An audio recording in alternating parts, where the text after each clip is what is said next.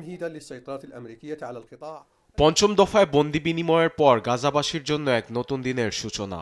চুক্তি অনুযায়ী গাজার উত্তরের তথাকথিত নেতজারিম করিডোর থেকে সেনা প্রত্যাহার শুরু করেছে ইসরায়েল। এতে অঞ্চলটিতে প্রবেশে দখলদার সেনাদের সামরিক বাধার মুখে পড়তে হবে না ফিলিস্তিনিদের। الفلسطينية واستغلال التعاطف الدولي। এ করিডোর ইসরায়েলের কাছে কৌশলগত দিক দিয়ে গুরুত্ব বহন করে। বিশ্ব মহলেও আছে বাড়তি আগ্রহ।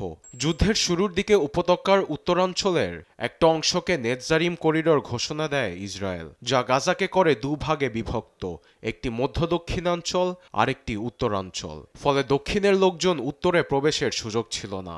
সেখানে কাউকে দেখা মাত্রই গুলি ছুটত, এমন অভিযোগ তুলে করিডোরকে মৃত্যুকূপ বলছে ফিলিস্তিনিরা।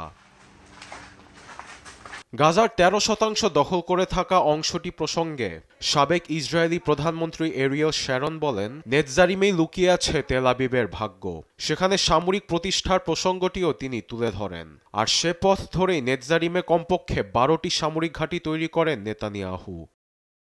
চুক্তি অনুযায়ী করিডোর থেকে সেনা প্রত্যাহার শুরু হলেও গাজাবাসীর জন্য বরাদ্দ ত্রাণ ট্রাকগুলো ইসরায়েলি সেনারা প্রবেশে বাধা দিচ্ছে অভিযোগ হামাসের রাজনৈতিক ব্যুরোর সদস্য বাজেম নাইমের। চুক্তি লঙ্ঘনেরও হুঁশিয়ারি দেন তিনি। তবে যুদ্ধবিরতির স্থায়িত্বের উপর জোর দিচ্ছেন জাতিসংঘের মহাসচিব গুতেরেস।